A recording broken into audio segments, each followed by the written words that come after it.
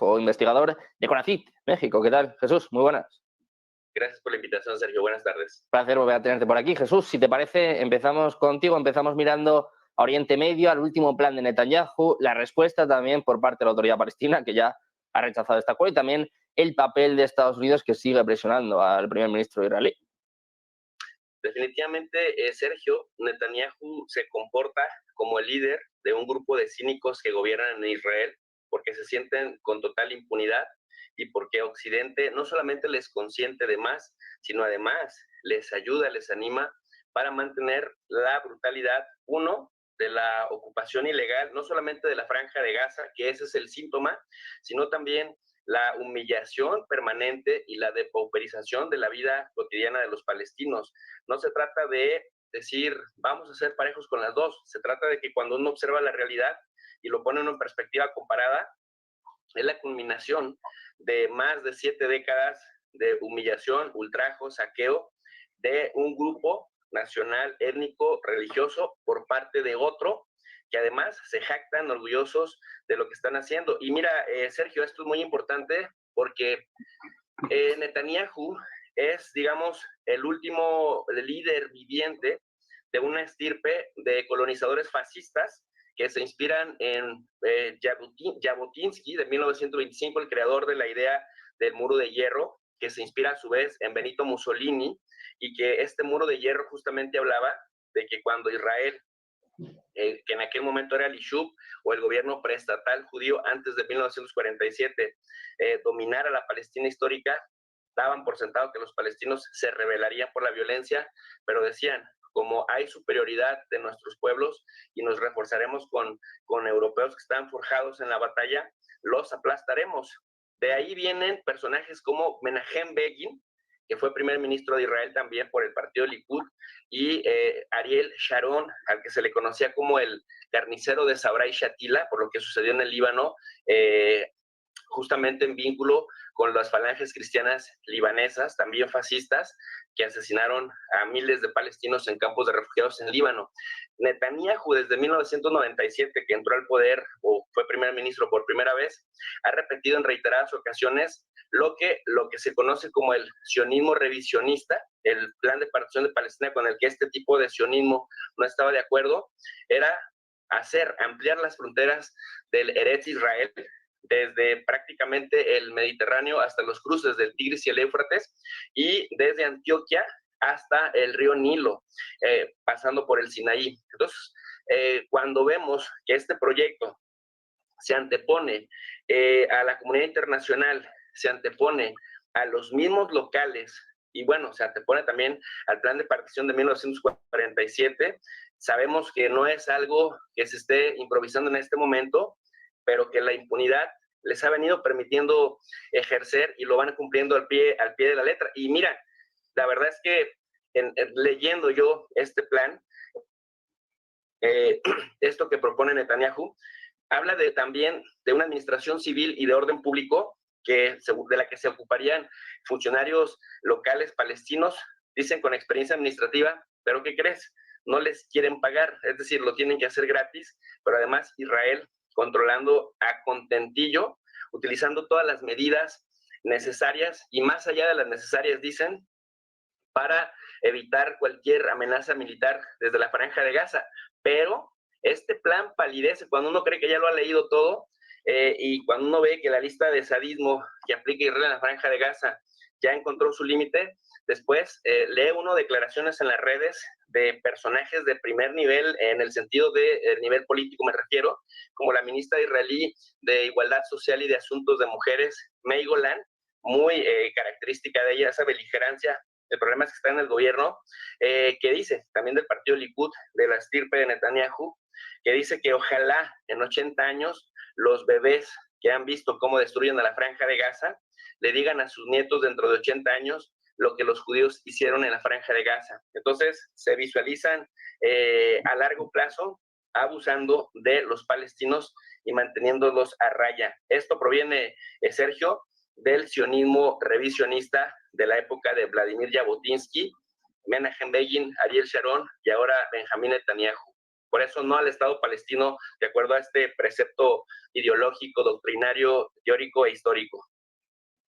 Bueno, pues desde luego el, el plan de Netanyahu, el conflicto de Oriente Medio, sigue dando mucho que hablar. Emiliano, quiero saber también tu opinión sobre esto, este plan de Netanyahu y también estas medidas que nos está explicando, que nos estaba detallando Jesús, como por ejemplo, bueno, que se quiere mantener de alguna forma la seguridad de Gaza y de Cisjordania. Prácticamente dice, bueno, pues que va a ocupar estas zonas, ¿no? No sé cómo ves este plan y también la respuesta a la autoridad palestina, que vamos, ha salido a los minutos a rechazarlo, no le ha gustado para nada.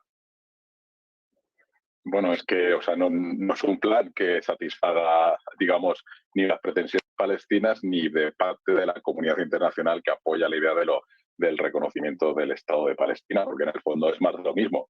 Va a continuar ocupando con eso que él llama libre movimiento de las fuerzas y cuerpos de seguridad israelíes, tanto sobre Gaza como sobre Palestina, tratar de evitar cualquier tipo de incremento de la visibilidad de Al-Fatah como autoridad palestina, y, por supuesto, seguir con su guerra contra Hamas y la yihad islámica. Por lo tanto, es un proceso de continuación de la ocupación, de no reconocer cualquier posibilidad que surja de un Estado palestino. Y lo preocupante ya no solamente es el plan, es ver en el Consejo de Seguridad a Estados Unidos ejerciendo su derecho de veto. Incluso el Reino Unido se abstuvo. Entonces, pues nada, Netanyahu sigue pensando que es el marco histórico idóneo donde la comunidad internacional es totalmente inoperante. El derecho internacional ya hemos visto qué es lo que él entiende o su gobierno entiende por derecho internacional humanitario y bélico, y casi tiene la misma similitud. Es decir, yo siempre me pregunto qué ocurriría si Putin plantease algo similar en relación a las 4 provincias ocupadas en Ucrania. Estados Unidos se opone, apoya a Ucrania, pero resulta que cuando hace esto mismo Israel, o sea, le apoya a pesar de que tenga sus discrepancias con el gobierno de Netanyahu. Entonces, bueno, estamos en un momento bastante peligroso para lo que ha sido la construcción de la comunidad internacional y los consensos básicos que han sido volados directamente. Y el problema ya no solamente Gaza y Cisjordania, y especialmente Cisjordania, donde está haciendo operaciones de carácter permanente. Incluso hoy ha matado a 2 personas con un dron. Bueno, y otra serie, más de 10 muertos ya en Cisjordania, en diferentes partes de diferentes poblaciones de Cisjordania, sino fundamentalmente que no tiene visos de plantear cualquier tipo de solución razonable, e incluso ya afirmando abiertamente que no se le puede imponer unilateralmente la solución de los 2 estados. Pues entonces creo que lo tiene claro, y probablemente el siguiente paso sea, ya que está bombardeando ya no en la frontera del Líbano, sino a 60 kilómetros de la frontera, pues el siguiente paso que dará será entrar a por Hezbollah e incrementar el conflicto regional, porque eso también tiene unas implicaciones políticas para él, que es mantener el estado de excepción de Israel y, por lo tanto, mantenerse en el gobierno a pesar de las reticencias que hay en algunos colectivos de la sociedad israelí que creen, y hay encuestas al respecto, que no va a ganar esta guerra que ha abierto Netanyahu en los términos que él lo plantea. Precisamente esto que estaba comentando Emiliano era parte de la respuesta por parte de la autoridad palestina. Dice que este plan pues, es una muestra más de que al final lo que Netanyahu quiere es quedarse en el poder. Antonio, no sé cómo ves esta cuestión y también una posible solución de este conflicto, porque desde luego, bueno, pues queda claro una vez más que Israel, Netanyahu no está por la labor, ni mucho menos, de solucionar esto. Bueno, a mí me consta que en Egipto se están llevando a cabo conversaciones, negociaciones, si se quiere ver así, conversaciones de todas formas, en las que, bueno, van a intentar, por supuesto, no acabar con el conflicto, porque eso todavía queda muchísimo para eso, es muy a largo plazo, pero sí para resolver esta crisis iniciada el 7 de octubre, ¿no? Entonces, pues bueno, por una parte, perdón, lo que sería resolver el tema de los secuestrados, porque eso es, digamos, en principio el máximo interés, el máximo interés de Israel, no voy a decir del primer ministro, pero sí, desde luego, de Israel, de los israelíes, el recuperar a los pocos secuestrados que queden vivos, porque eso también hay que subrayarlo. Es bastante evidente que ya han pasado 3 meses, ¿no? Entonces, pues bueno, muchos de los, algunos, vamos a decir, la mitad de los que fueron secuestrados, unos cuantos fueron liberados, pero otros han fallecido, sea por los bombardeos, sean de hambre, sea por falta de medicinas, porque muchos de ellos eran ancianos, etcétera, que necesitan sus medicinas diariamente. Bueno, muchos de ellos ya se da por descontado que han fallecido. La cuestión no es tanto ver esos que se dan por descontado que han fallecido, lamentablemente, sino ya Israel lo que tiene entre manos es, bueno, ¿qué podemos hacer por aquellos que ahora todavía podemos salvar, ¿no? Entonces están negociando. En principio, de aquí a 15 días comienza el Ramadán y se pretende llegar a un acuerdo antes del Ramadán.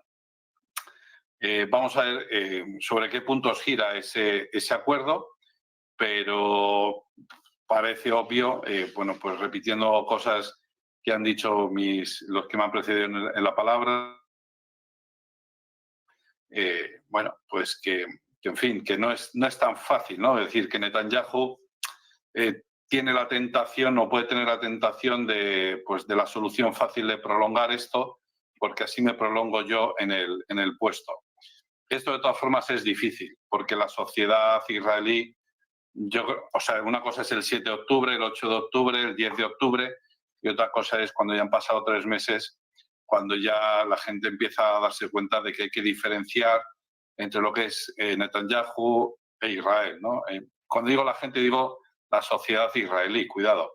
Es decir, que una cosa es la pervivencia del gobierno israelí, la pervivencia, quiero decir, de Netanyahu al frente del gobierno de Israel, y otra cosa es que haya un gobierno responsable que se haga cargo de la búsqueda y salvamento, el rescate de esos secuestrados.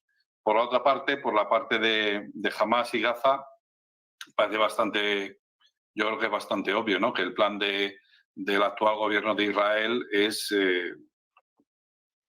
demoler, ¿no? Demoler Gaza. Ellos dicen, no, vamos a ir buscando a los integrantes de Hamás, etcétera, pero el objetivo último, yo creo que parece bastante evidente, es sí, acabar con Hamás. Dicen, no, acabar con la cúpula militar, pero no, el objetivo no es la cúpula militar. Fundamentalmente sí, principalmente sí, por supuesto, pero desde luego no es ese. El objetivo es, como digamos, por decirlo finalmente, es mucho más amplio en número y en cantidad. Y es que, claro, antes del 7 de octubre había 2 millones, poco más de 2 millones de palestinos viviendo allí. Precisamente la cúpula militar no está viviendo allí. Hay algunos, eso sí, dirigentes que están viviendo en la Franja de Gaza, pero vamos. Es decir, ellos también los israelíes dan por descontado que efectivamente el número de víctimas va a ser elevado. Lo pueden llamar tranquilamente daños colaterales, por quitarle el nombre, por quitarle el rostro humano, ¿verdad? Pero ellos saben que efectivamente van a acabar con miles de inocentes, ¿no? También, porque también en su concepción dicen que van a acabar con miles de militantes de Hamás. Esto pues es cierto, pero ojo, cuidado, sin juicio justo, en fin, una serie de condiciones que yo creo que lo que se llama la comunidad internacional, que todos sabemos que no existe, pues no se lo va a permitir. Cuando decimos comunidad internacional, en el fondo decimos pues lo que señalabas antes, Sergio, ¿no? Pues Estados Unidos, la Unión Europea, y por boca de sus portavoces, poco a poco van apretándole más las tuercas a Israel, y yo creo que es mi percepción, yo creo que eso no se va a desbordar.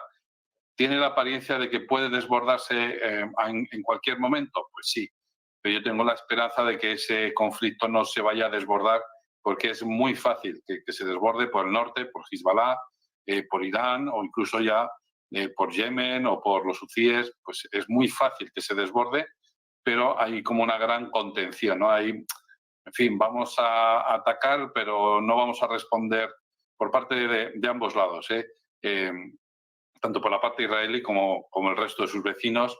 Hay una cierta contención, hay toques, hay muertos, hay víctimas, por supuesto, en el Líbano y en otras partes, en Siria, pero digamos con cierta contención, ¿no? Y sobre todo el tema de la Unión Europea. La Unión Europea, el caso de España es clarísimo, cada vez más se va dejando más de lado la parte israelí, se va poniendo más énfasis en el tema de Palestina, más que nada porque efectivamente el tema de la solución de los dos estados, que ahora ya digo, pues puede parecer totalmente descabellada, bueno, pues es la única solución que se ha puesto sobre la mesa, tanto en Naciones Unidas como en los diálogos entre las partes en años anteriores, quiero decir, y también en la Unión Europea, y también, por supuesto, España como país durante 40 años viene defendiendo esta posición de los dos estados. Bueno, pues al final pues es normal que la defienda. El modo en que tiene de defenderlo, pues a lo mejor no es el más apropiado, porque insiste mucho en la cuestión de la creación del Estado palestino y entonces pues la otra parte se cierra en banda. Es un momento muy delicado en el que pues lamentablemente no estamos ni en una dinámica conciliadora ni tenemos líderes políticos en ningún lado que sepan redirigir y reorientar o convencer a los demás de las posiciones que tendría que haber, ¿no? Entonces, lamentablemente, ese es el momento histórico pues, que nos ha tocado vivir.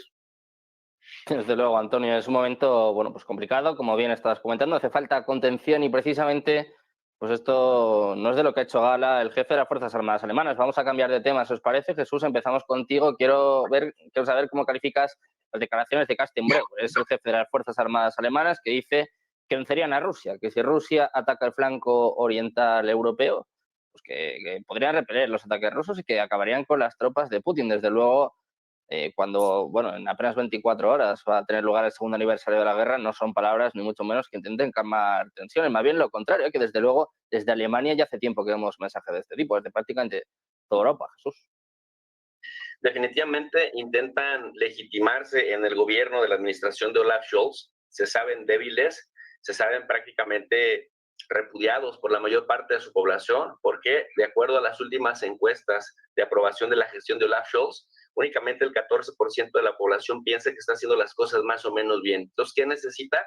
Desde un enfoque orwelliano, lo que requiere es crear en el subconsciente de la gente o en el consciente colectivo de la gente que existe una amenaza mayor que hace indispensable su liderazgo en el frente del gobierno alemán, y ese otro significativo pues es Rusia, y ese otro significativo no solamente amenaza al gobierno de Scholz, sino a toda la población alemana, la cual entonces debiera cohesionarse en torno al liderazgo de Scholz.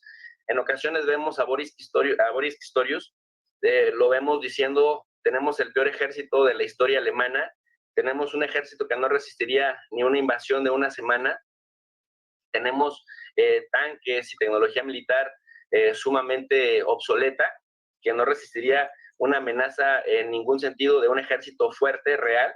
No es en este momento el ejército de Alemania ni siquiera uno de los 3 mejores de Europa, aunque es el 5º lugar, de acuerdo a lo que dice el Centro de Estudios para la Paz de Estocolmo, el CIPRI, que sí es el que invierte a nivel mundial, el 5º que más invierte, pero invierte alrededor de unos 52,000 millones de dólares, superado por países como Arabia Saudita, la India, la misma China o Rusia.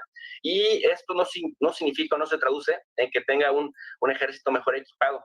¿A qué juegan los liderazgos alemanes? Bueno, primero, a recuperar esa legitimidad que van perdiendo ante la gente. Decía Max Weber, la legitimidad es la percepción de un colectivo del derecho de alguien a ostentar autoridad en la medida que cumple con el deber ser, pero también que cumple con el bienestar. Y es tan importante la legitimidad porque rompe resistencias antes de que éstas se presenten. En Alemania hemos estado viendo agricultores, hemos estado viendo huelgas de transportistas y de otros gremios porque requieren de subsidios para compensar los procesos inflacionarios y la elevación de los costos de la vida, no solamente en lo económico, sino también en ámbitos cotidianos. ¿Qué dice Olaf Scholz? Todos tenemos que ajustarnos el cinturón, vienen tiempos difíciles, pero después, de manera incoherente, anuncia así, tranquilamente, 7,000 millones de euros para el 2024 para Zelensky. Vemos a Scholz sumamente activo, tratando de torcerle el brazo, que ya lo logró, al primer ministro de Hungría, a Viktor Orbán, para amenazándolo con sacarlo, digamos, de las votaciones que requiere la Unión Europea de forma unánime para que se apruebe un presupuesto multimillonario de 50,000 millones de euros, que ya sucedió. Y entonces la gente lo que está observando es que mientras se eleva el costo de la vida cotidiana, y cuando les quitan apoyos directos a esos contribuyentes de impuestos y cuando ellos reclaman cierto derecho a tener también gozo del usufructo de digamos, de esta concentración de dinero, el gobierno dice no hay dinero, pero después lo ven derrochando cantidades impresionantes de dinero en la guerra y entonces, bueno, la gente dice esto no es coherente, esto no es normal y por lo tanto viene la resistencia, que una resistencia es más cara, más costosa y no siempre es seguro de que vaya a resolver un problema. Me parece que están dando patadas de ahogado, me parece que lo que intentan entonces ahora es aferrarse a esos pocos cotos de poder que tienen y me parece también, o por lo visto en estos 2 años de guerra, que Alemania es uno de los países que más ha perdido en materia de soberanía y que si no hacen algo urgente, eso se les va a desplomar pronto, Sergio. Bueno, pues desde luego estamos acostumbrados ya a estos mensajes, Emiliano, pero quiero saber qué piensas tú, sobre todo teniendo en cuenta, bueno, pues que dice que la OTAN acabaría con Rusia, pero de momento en Ucrania no lo han conseguido. Es verdad que no se sabe hasta qué punto, bueno, de momento no se puede saber hasta qué punto estén interviniendo en este conflicto, pero desde luego, bueno, pues una declaración un poco controvertida, ¿no? Por parte de Alemania. No sé cómo lo ves tú, Emiliano, y también qué parte de razón puede tener en este caso Breuer. Bueno, creo que es bastante exagerado y peligroso hacer ese tipo de afirmaciones, porque todos somos muy conscientes que Putin ya movió armas nucleares tácticas y, por lo tanto, eso de que acabarían con el ejército ruso en 2 días no se lo cree nadie, ni nosotros, ni siquiera con el apoyo de Estados Unidos. Además, ese escenario significaría ya estar en guerra mundial. O sea, que más vale que contengan un poco sus lenguas, porque precisamente Putin no es una persona a la que se le pueda lanzar órdagos y de hecho ya ha movido algo porque Bielorrusia está empezando a molestar a sus vecinos desde el punto de vista de generar ciertas tensiones fronterizas también, que en el fondo Bielorrusia depende de Rusia. Entonces, bueno, quizás hay una parte que sí que tiene que ver con lo que ha señalado Jesús, que es nosotros vivíamos tranquilamente, Europa quiero decir, vivía tranquilamente del gasto presupuestario de Estados Unidos manteniendo la OTAN, eso se cortó el grifo con Trump, y a partir de ahí pues surge el compromiso por parte de los países europeos de llegar al 2% del PIB en mantenimiento de los gastos operativos de la OTAN. ¿Qué significa esto?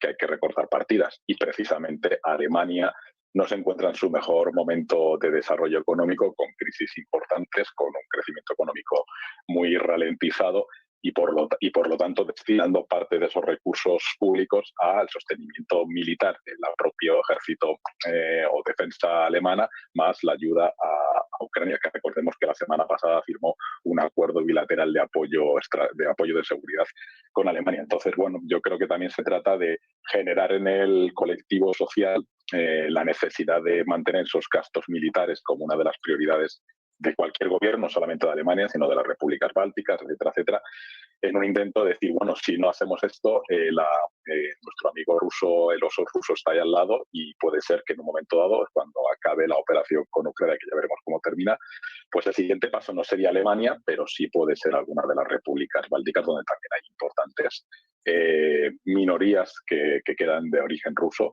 o Moldavia. Entonces, bueno, pues se trata de mantener esa situación de miedo para mantener un poco la tensión social y que, por lo tanto, esas medidas dirigidas a incrementar gasto en defensa pues se reduzca, porque, como sabemos todos, tradicionalmente Europa había sido bastante reacia a incrementar los gastos en defensa y, por lo tanto, hacer más partidas en lo que conocemos como la Europa.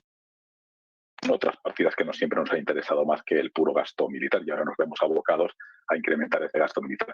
Pero en todo caso es poco aconsejable mantener esa, digamos, esa versión de incrementar o subir el nivel, digamos, de diálogo agresivo con Rusia, porque no solamente lo ha dicho el ministro, o sea, el general alemán, también lo está diciendo el ministro de Asuntos Exteriores estonio, que permanentemente está amenazando con ese peligro para Rusia. Entonces, bueno, convendría que tanto los estadounidenses como los europeos pues tratemos de aminorar el nivel bélico en nuestro lenguaje, que no nos conviene a nadie. ¿Cómo lo ves tú? Como bien está explicando Emiliano, quizá no sea el momento para sacar pecho, ya no solo de Alemania, sino seguramente de toda Europa, ¿no? Bueno, la verdad es que por decirlo en expresión castellana, a mí me parece una salida de pata de banco, o sea, no sé, una bravuconada, una formulación muy extemporánea de, primero, ni de dónde está, ni a quién está hablando, o sea, no sé, está desubicado, ¿no? Yo con todo este tipo de cosas, a mí me queda la duda. Es decir, yo mi percepción es que Rusia va ganando la guerra y que va a llegar un momento en el que va a decir hasta aquí, si queréis seguimos negociando o lo que sea, ¿no? Y se va a parar la guerra en cualquier momento. Pero por otro lado tengo la percepción con este tipo de declaraciones que no, que es que vamos hacia otra nueva etapa de la guerra y entonces ya no estaremos en una guerra entre Rusia y Ucrania, sino que ya esto se desborda, ¿no? Entonces, de manera horizontal y también, por supuesto, de manera vertical, es decir, se expande por sus fronteras, es decir, rompe esas fronteras. Ya los ataques ya no van a ser solo en Ucrania y en algunas partes de Rusia, sino que ya vamos a utilizar otro tipo de armamento que, pues eso, armas nucleares tácticas. Ya va a ser un enfrentamiento directamente entre la OTAN y Rusia. Supongamos que es un enfrentamiento entre la OTAN y Rusia. Bueno, pues aún así, con los americanos detrás, pues bueno, a lo mejor es verdad que bueno, algo pueden afrontar, algo pueden hacer frente a los rusos. Pero vamos a ver, dicen por ahí que Rusia no es tan fuerte como se teme, ni tan débil como se piensa.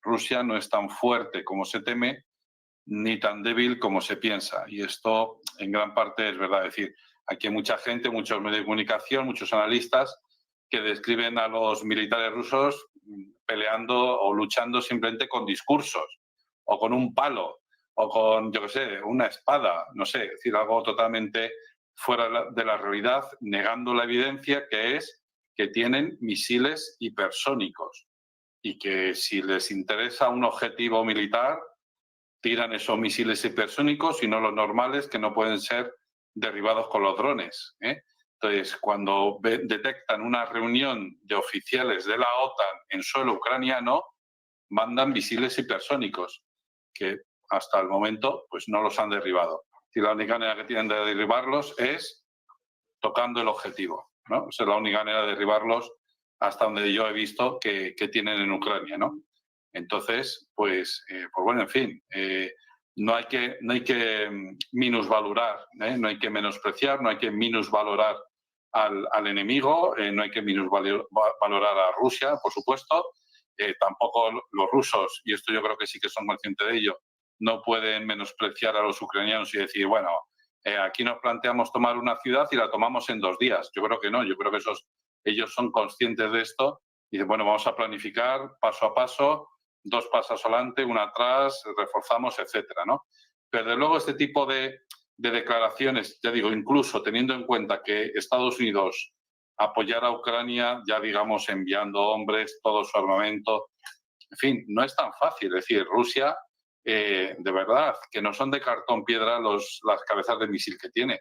A lo mejor algunas cabezas de misil que tiene sí que son de cartón piedra.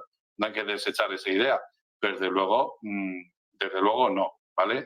Hay que dar, por supuesto, que son de verdad. Eso por un lado. Es decir, Rusia está suficientemente armada como para hacerle frente a Estados Unidos y a la OTAN. Salvo que Estados Unidos tenga una arma secreta, que son las armas láser, por ejemplo, que se están desarrollando y que, bueno, a lo mejor ahora, justo este año, nos llevamos una sorpresa y ya las han desarrollado tanto que, vamos, esto va a parecer el escenario de la Guerra de las Galaxias. Pues puede ser, ¿vale?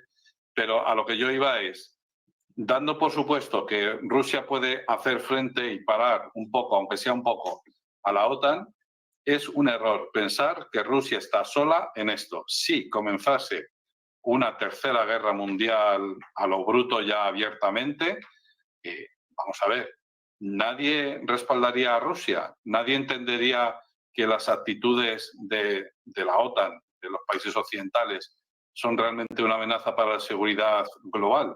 Nadie lo entendería así. Una cosa es que yo no lo entienda, porque como yo vivo en España, yo digo, bueno, pues la OTAN, España es un país de la OTAN, pues bueno, pues aquí podemos estar. Y otra cosa es que hay países en el mundo que entienden, más legítimamente o menos legítimamente, eso da igual. La cuestión es que hay países, esto es objetivo, hay países en el mundo, hay gobiernos en el mundo que entienden que todos estos movimientos de la OTAN que ya está haciendo la OTAN no son legítimos, no son aceptables y que, por supuesto, si se abre la caja de Pandora, se abre para todos.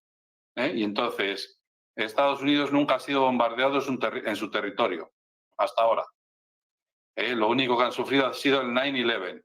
Vale, el 9 de septiembre. Vale, si añadimos Pearl Harbor, pues también Pearl Harbor. Pero lo que es atacar San Francisco, Dallas, Detroit, Denver, Nueva York, Washington, Miami, ¿por qué no? ¿No? Entonces, yo me contendría, que esta es la palabra, la contención, ¿no?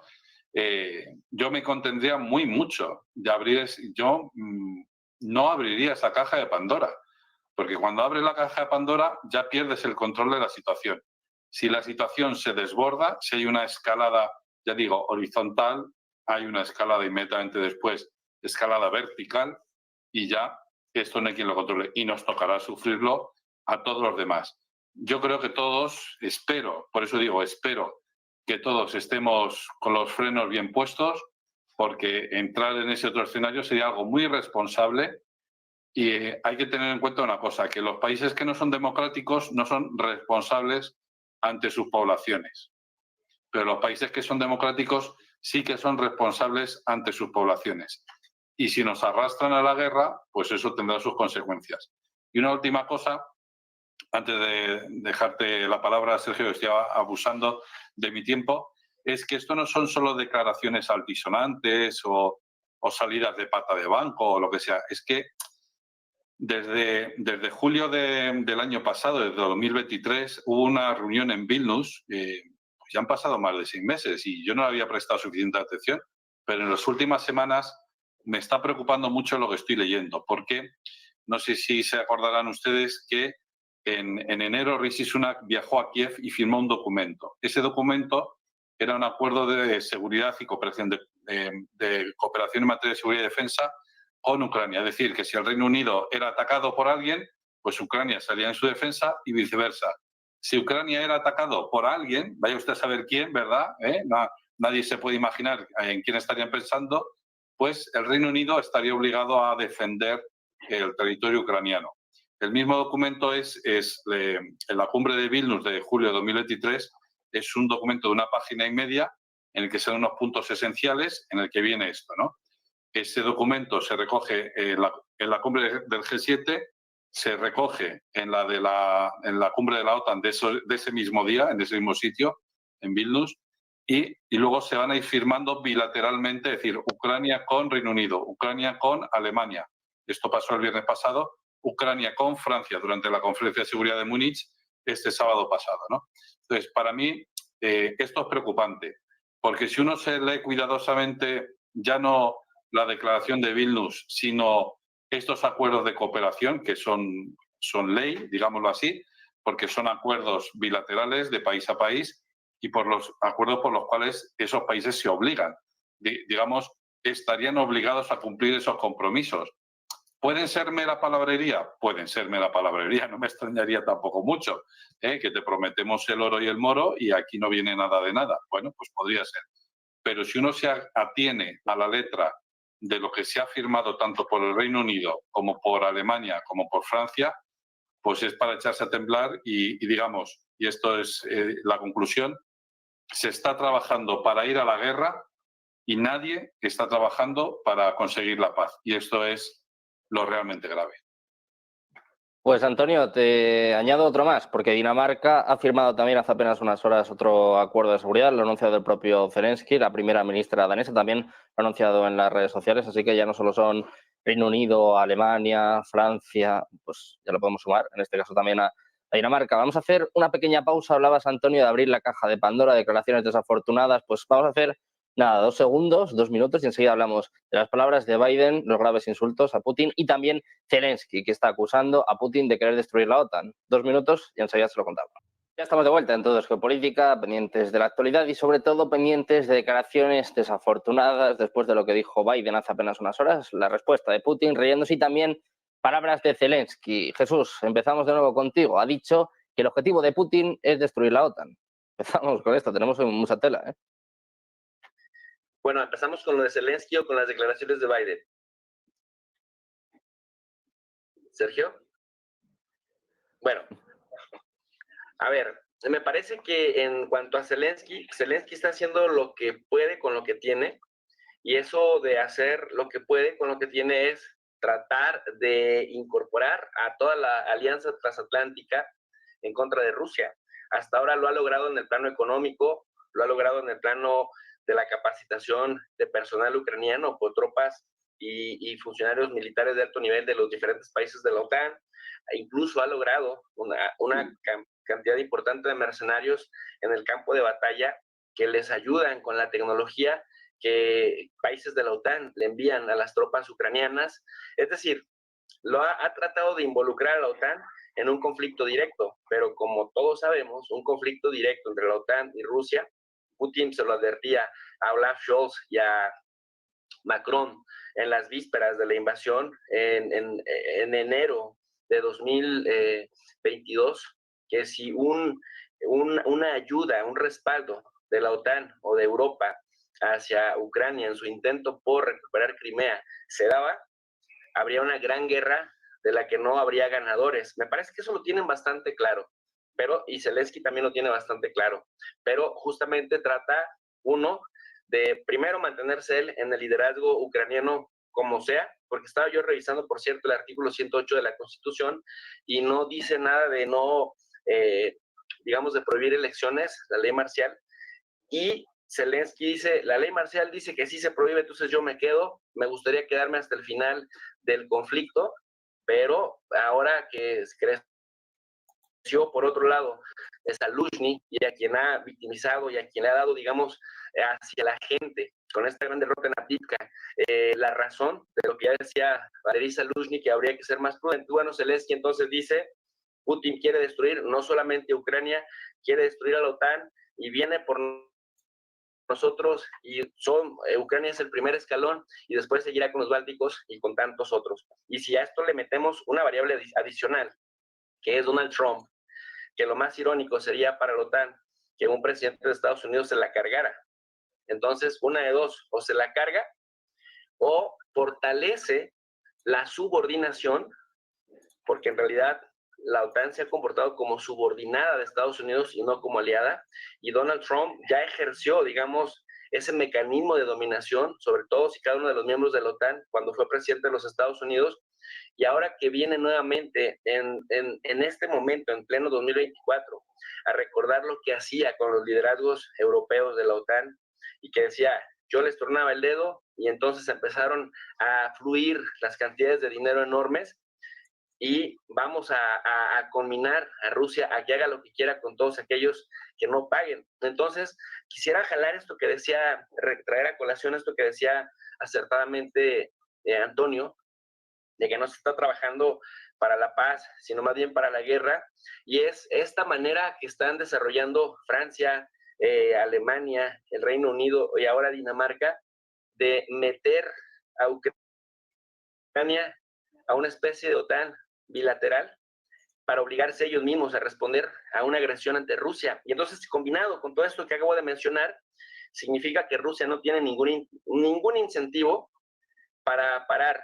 Es decir, si ya se conformaba Putin, porque lo ha dicho en diversas ocasiones, con el Donbass, con Gerson y Zaporille, ahora me parece que no tiene ningún incentivo, porque estos acuerdos bilaterales, de los que ya mencionaba Antonio acertadamente, entrarían en vigor una vez que haya paz y para próximos y futuros conflictos bélicos. Pero por ahora no.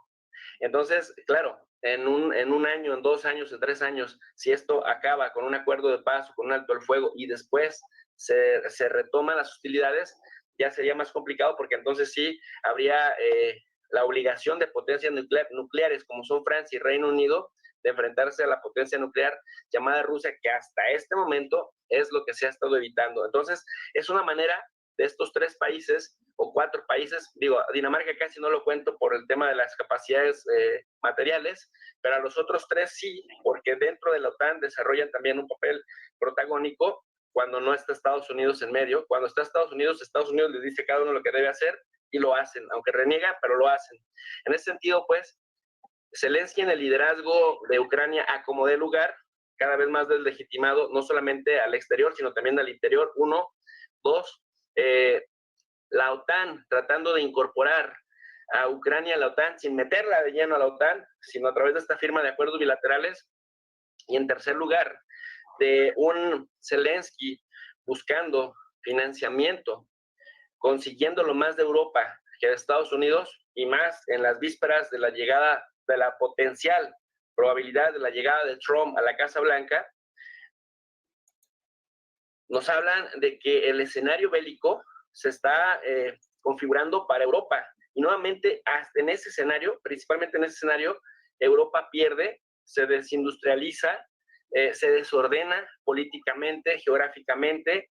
Hay una amenaza latente de que el conflicto descontrole todos esos procesos estables que ya se habían gestionado en Europa desde hace unas décadas y que había incrementado de manera promedio el nivel de vida de los europeos, de los diferentes pueblos europeos.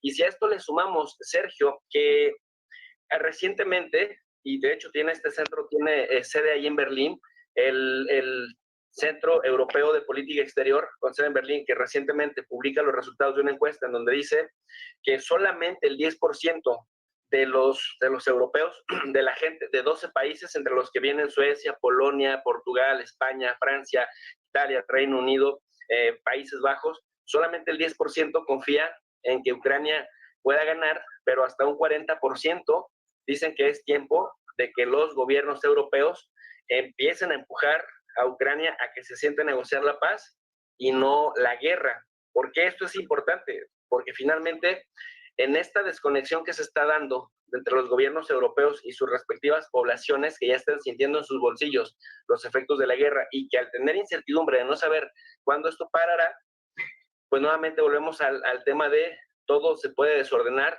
todo se puede salir de control y Rusia en este momento está cómoda, no tiene incentivos para la paz. Y los mismos, digamos, europeos le ponen en bandeja de plata el que diga, pues no vamos a salirnos de Ucrania hasta que cumplamos todos los objetivos, y parte de esos objetivos decían la desnazificación, en donde en el imaginario colectivo dicen el régimen de Zelensky proviene del Euromaidán y quienes llegaron con el Euromaidán son fanáticos que ponen a Stepan Bandera como la marca insignia de Ucrania. Bueno, entonces vamos por ellos. Y el ocupar algunos otros puntos estratégicos corren el riesgo bastante fuerte los ucranianos y también sus aliados de que incluso les quiten la salida al mar y conecten con Transnistria, lo cual, bueno, le daría otra realce y como decían los compañeros, a otra etapa de la guerra que difícilmente podría detenerla en estos momentos, Sergio. Bueno, pues ya que estamos hablando de cosas que se van de las manos, Emiliano, muy rápido, cambiamos de tema, hablamos de las declaraciones de Biden. Quiero saber qué piensas de que, bueno, un alto mandatario como Biden, no vamos a decir cómo calificó a Putin, pero bueno, pues hable de esta forma de otro líder. No sé si hay precedentes tampoco de este tipo.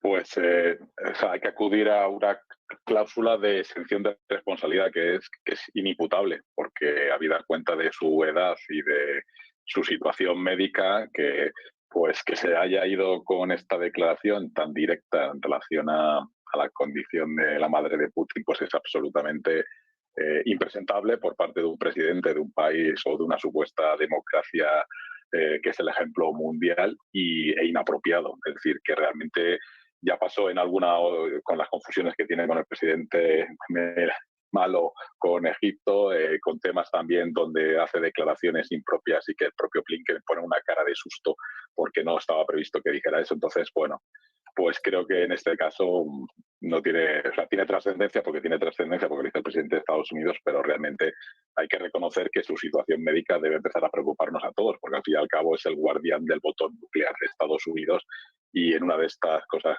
propias de la senilitud, pues puede llevarnos a una situación de mayor conflicto, pero no le daría mayor trascendencia. De hecho, el propio Putin ha dicho que, bueno, que se siente honrado por este calificativo del propio presidente Biden, como diciendo, me importa tres lo que este señor diga.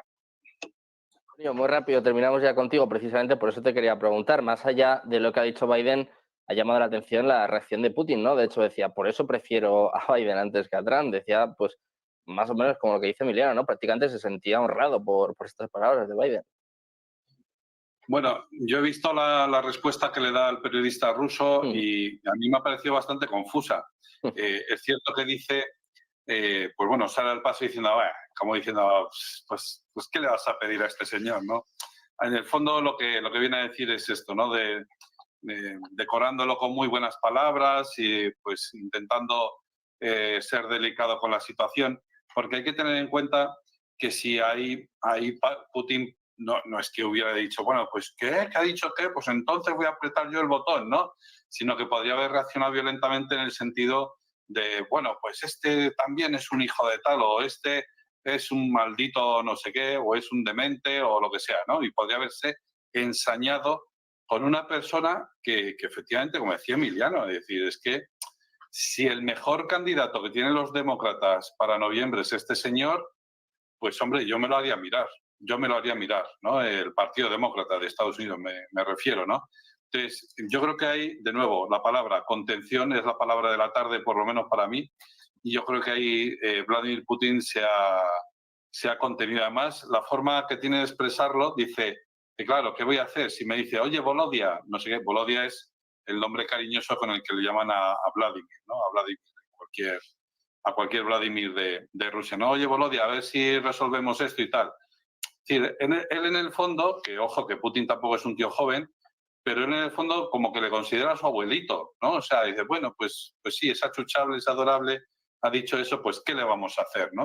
Es decir, le quita hierro al asunto porque en el fondo tampoco tiene, que decir, una importancia sublime, ¿no? Para Putin, ¿no? Es decir, eso no puede provocar una reacción de Estado, por decirlo de alguna manera.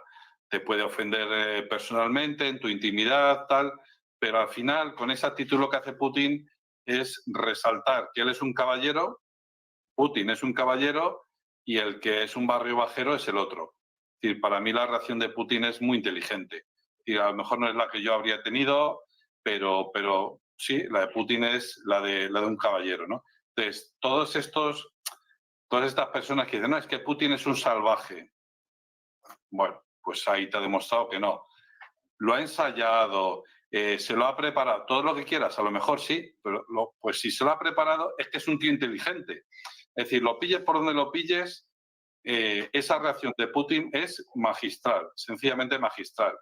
Te puede gustar más o menos Putin, pero hay que reconocerle que ha sabido manejar muy bien eso, que podría haber provocado una crisis diplomática, que todavía puede, claro, llamar a consultas a su embajador y decir, oye, ¿qué es esto? Porque eso es un gesto totalmente inapropiado. Y además denota que estamos en guerra, que esta es la cosa. Porque contra el muñeco todo vale, ¿vale? Cuando murió Navalny, antes de saber si ha sido asesinado, que hay precedentes, totalmente de acuerdo, que si Litvinenko, que si Skripal, que si, bueno, el chico este de Alicante, que vaya usted a saber quién ha sido. Bueno, hay antecedentes, hay precedentes, de acuerdo, pero ¿sabes ya cómo ha muerto Navalny? Porque puede ser que haya muerto de repente. En los últimos 2 años, en los últimos 4 años, ha habido muchísima gente joven, gente atlética, gente deportista de élite, y esto lo puede ver cualquiera en Google, que ha muerto de repente. Es decir, esto es posible. Y si un tío se está pegando un paseo a 24 bajo cero, cabe la posibilidad de que haya muerto de repente. Pues antes de saber la autopsia, conocer el resultado de la autopsia, antes de conocer los resultados de la investigación, ya le dicen, ha sido Putin. Bueno, es decir, cuando esto es peligroso, cuando se abre la veda, cuando se levanta la veda y se dice, venga, ala, a correr, ¿no? Es la cacería del zorro, ¿no? Sueltan al zorro, le dan un poquito de ventaja y luego sueltan los perros detrás del zorro para cazarle. es un momento muy peligroso en el que hay vía libre para meterse contra Putin y contra su madre, que yo creo que ya estaba muerta, ¿no? La pobre. Es decir, ¿qué tendrá que ver, no? Pero la cuestión es esta. Hay vía libre para meterse con él. Bueno, pues, pero si es un jefe de Estado, da igual. Oiga, pero que es el presidente de Rusia. Da igual. Precisamente ese es el error que más nos achacan a nosotros en Rusia. Es decir, desde la época de Gorbachev y de Yeltsin, pensamos que Rusia es un muñequito nuestro, es una marioneta nuestra. Y es que es una falta de respeto muy grande,